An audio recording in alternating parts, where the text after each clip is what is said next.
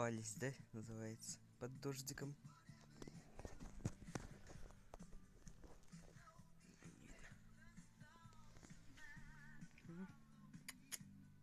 Дока.